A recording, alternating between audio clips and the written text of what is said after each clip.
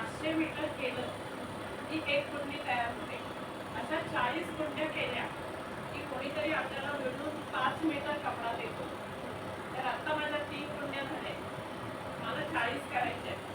तर हा एक सिम्प्लिसिटीचा एक वेगळा माहोल आहे की आपण आपलं कापड माझं मी करणं, ते मी करणार आहे. या वर्षात मला 5 मीटर कापड मिळेल.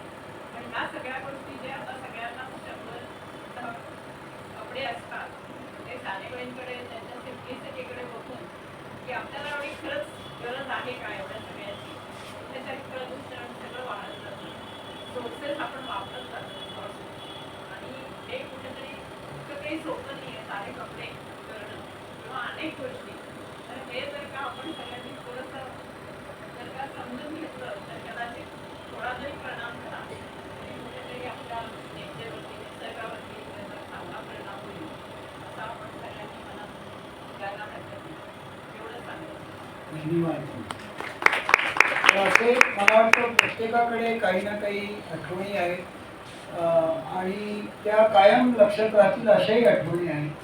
पण याच्यातनं आपण शेवटी आत्ताच्या याच्यात घरी घेऊन जायचा विचार काय, तर आपण व्यावहारिक असावं आणि व्यावहारिक असूनही आपल्याला साधेपणा जपता येईल.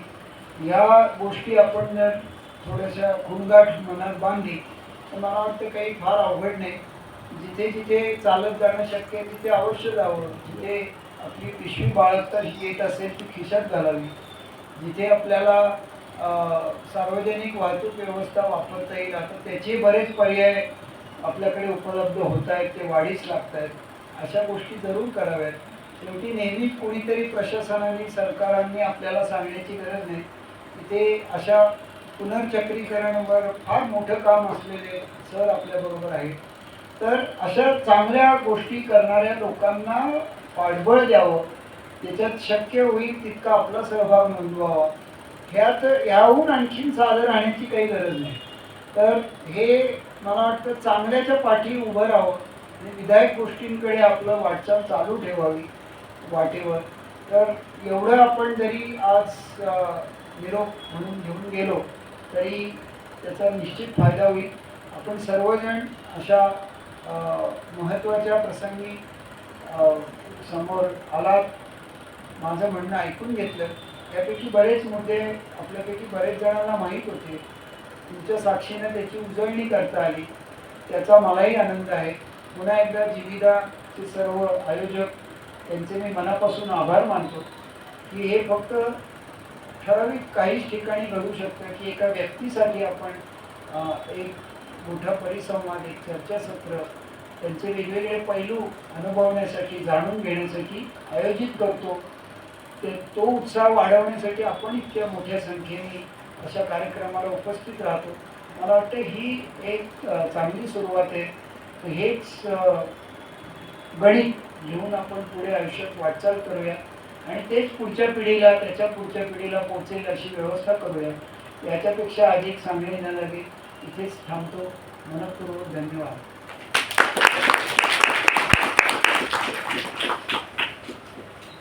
मी पहिल्या दिवशी सांगितलं तसं की आपण सानेबाईंचं आठवणीसाठी व्याख्यानमाला केली होती. काल आपण पहिल्या लेक्चरमधनं त्यांनी त्याच्या लिखाणाबद्दल बोललो, डॉक्टर मंदार दाता त्याच्यावरती बोलले होते. आज आपण त्यांच्या जीवनशैलीचा थोडासा मागोवा घेतला. डॉक्टर महेश सिद्दीकर त्याच्याबद्दल बोलले. हा खरं तर म्हणजे त्यांनी जे मगाशी सांगितलं तसं मला खरंच भीती वाटत होती, कारण आत्तापर्यंतचा अनुभव असा आहे की जे काही चांगली फुलपाखरं विषय असतील किंवा चांगलं म्हणजे फुलपाखरं विषय असेल किंवा एखाद्या पक्षाविषयी असेल तर तेव्हा तुडुंब गर्दी भरलेली असते. पण जेव्हा काहीतरी करायचं आहे, म्हणजे आता उदाहरणार्थ एखाद्या डोंगरावरची विविधता असा मी विषय दिला तर फार कमी लोक येतात. पण त्याचबद्दल मी त्याच्याविरुद्ध म्हटलं की डोंगराच्या वरती असलेल्या वनस्पतींचा धोका, असं तर त्याला मी टायटल दिलं तर इथे कोणी भाषे येत नाहीत असा अनुभव आहे. म्हणजे थोडक्यात सध्या अशी परिस्थिती आहे की मला काहीतरी करायचं आहे म्हटल्यावरती फार कमी लोक असतात. एक माझं असं काय म्हणू की विचारधारा अशी आहे की आपण सगळेजण जेव्हा देशाबद्दल पण बोलत असतो ना, तेव्हा मला नेहमी असं दिसतं की आपल्या सगळ्यांना आपली काय जनगण मन म्हणजे ज्याला आपण राष्ट्रगीत म्हणतो ते सगळ्यांना माहिती आहे. पण त्याची आपली जी प्रतिज्ञा आहे ती किती जणांना पाठ आहे असं नेहमी मला होतं. कारण त्या प्रतिज्ञेत मी देशासाठी असं करणार आहे, तसं करायचं आहे वगैरे वगैरे अनेक गोष्टी असतात आणि त्यामुळे ती अनेक जणांना माहीत नसते. तर असं थोडासा अनुभव आहे, थोडासा कठीण असला तरी पण आज तुम्ही सगळे आलात आणखी त्यामुळे थोडासा मला पण धीर आहे की असं असं चांगलं पण होऊ शकतं. थोडंसं की साध्या राहणी हा विषय जेव्हा आपण बोलतो ना तर तेव्हा खरंच ते अवघड आहे आणखी. कारण पहिला प्रश्न आमच्यासारख्यांना लोक असे विचारतात म्हणजे तुम्ही आम्हाला जे आपण भटक्यांची लोक होती त्या प्रकारचं जीवन जगायला सांगतात का, असं एक पहिला प्रश्न येतो. आणखीन हे आम्हाला काही शक्य नाही आहे असं आपण म्हणतो.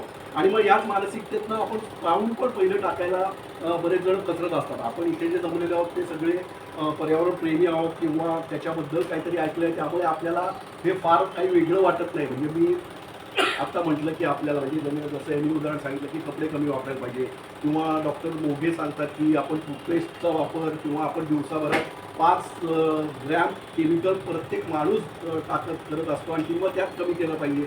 आणखी मग त्यातलं पुनर्निर्मितीचे किंवा इको फ्रेंडली प्रॉडक्ट तयार करणं आणि मग ते वापरणं हे आपल्याला म्हणजे आपण करत असतो. पण जर आपण समाजाचा विचार केला तर याच्यामध्ये किती जण आहेत असा जर आपण केला तर खूप कमी लोक त्याच्यामध्ये आहेत. आणखीन आता सर पण आपले इथे आहेत. आणखीन कालच त्यांचं झालं आणखी त्यांनाही अनुभव आहे की प्रथम की किती जण आपल्याला प्लॅस्टिक गोळा करणं आणखी सर तुम्ही पण त्याच्याबद्दल सांगू शकाल किंवा कपड्यांच्या लोकांनी परत घेणं तर तुम्ही 2 मिनिटं त्याच्याबद्दल पण बोला सर. कारण एक याबद्दल पण करणार तुम्ही पण सर थोडंसं मागे करा. तर हे खरंच बाकी समाजासाठी अवघड आहे बरं का. म्हणजे त्यांनी जे वाक्य टाकलं की साधं राहणे खूप अवघड आहे तर ते एकंदर समाजासाठी खूप अवघड जातं. आणखी काही जे गाजलेले हे आहे की जे साधी राहिली तर असं त्यांच्याबद्दल पण वाक्य लिहिलं जातं की त्यांची साधी राहणी श्रीमंताची पेक्षा जास्त खर्च करणारी होती असं पण एक म्हटलं जातं. आणखी म्हणजे त्यासाठी तर त्यांच्यासाठी म्हणजे उदाहरण द्यायचं झालं जसे यांनी दिली तसं मोरारजी देसाईंसाठी जर आपण म्हटलं की गाईचं बकरीचं दूध तर ते बकरीचं दूध आणायचं कुठलं आणि मग त्यासाठी जो खर्च करायला लागायचा तर हे खूप अवघड गोष्टी आहेत बरं का. त्यामुळे त्यांनी जे वाक्य सांगितलं ना की जे आपल्याला शक्य आहे ते करावं. तर साध्या राणीमध्ये हे आपल्याला काय काय शक्य आहे याचा विचार करून आपल्या आत्ताच्या चौकटीत बसून ते कसं करता येईल याच्याबद्दल जाणं खूप गरजेचं आहे. आणि त्यासाठी गरजा कमी करणं हा सगळ्यात महत्त्वाचा आहे. म्हणजे काहीतरी वेगळं इथे आणून थोपवून त्यासाठी ते कसं आणता येईल हे जर करायला गेलो ना तर ते खूप अवघड आहे. म्हणजे इको फ्रेंडली प्रॉडक्ट ह्याच्याविषयी जेव्हा येतं तर तेव्हा मला नेहमी असं वाटतं की जर आपण साधा पत्रावळीचा उल्लेख केला तर पत्रावळ ही जी लोकं वापरतात तर ती त्यांना जर बाजारात गेला तर 1 रुपयाला मिळते 50 पैशापासून ते ₹1 खर्च येतो. पण ज्याच्यावरती इको फ्रेंडली म्हणून जेव्हा शिकता येतो तर तेव्हा तेच प्रॉडक्ट ते तुम्हाला 8 रुपये एक पत्रावळ म्हणजे त्या प्लेटला लागतात. आणखी मग जेव्हा आपल्यासारख्या लोकांना म्हणजे आपण सगळ्यांची आर्थिक आपल्यासारख्या म्हणजे मी आर्थिक बरी परिस्थिती आहे अशा लोकांच्या दृष्टीने म्हणतो की एक वेळ शक्य आहे. म्हणजे गाव जेवढं घालतात आणखी त्यांना जर शेकडो पत्रावळी पाहिजेत आणखी ते एका दिवसासाठी 8 रुपयाची पत्रावळ घेणं हे कितपत शक्य आहे इथून काही त्याला मल्टिप्लिकेशन केलं तर मग ह्याच्यात आपण नवीन नवीन संशोधन आता येतात तर ती त्या का करत नाही असं थोडक्यात आहे. मी काही त्याचे प्रोडक्शन करणाऱ्या लोकांशी बोललो तर ते म्हटले की आत्ता एवढी लोक वापरत नाही जर प्रोडक्शन खूप मोठं झालं तर पैसे म्हणजे जे वापरणारे ते सांगतात ना म्हणजे त्यांच्याबद्दल जे प्रचार करतात ते आणि जे करतात त्यांच्याशी मी बोललो तर त्यांचं म्हणणं असं की किती मोठं प्रोडक्शन झालं तरी कॉस्ट एका लेवलच्या पेक्षा खाली कमी येऊ शकत नाही. तर हा आपण जरी जर भरून नाही काढू शकलो तर मला असं वाटतं की हे आपण जे इको फ्रेंडली प्रॉडक्ट म्हणतोय तर ते लोकांपर्यंत पोहोचणं हे खूप अवघड आहे. तर त्यामुळे माझं असं म्हणणं आहे की मग आपण ते तसे इको फ्रेंडली प्रॉडक्ट शोधण्यापेक्षा आपले पारंपरिक मेटलच्या टाळ्या वापरणं किंवा या पद्धतीने का तिकडे जाणं हे जास्त सोपं आणखी तुलनेने काय म्हणू की कमी भर म्हणजे निसर्गावरती भर कमी टाकणाऱ्या गोष्टी आहेत. तर अशा गोष्टी आपण शोधल्या पाहिजेत. म्हणजे उगाच हाय फाय काहीतरी गोष्टी करण्यापेक्षा आपलं आत्ताची संसाधनं कशी कमी करू शकू हे वापरणं गरजेचं आहे. आणि माझ्या दृष्टीने साधं राहणं म्हणजे हे साधं राहणं आहे. तर आपण आजच्या ह्याच्यातनं हा संदेश घेऊन घरी जाऊया.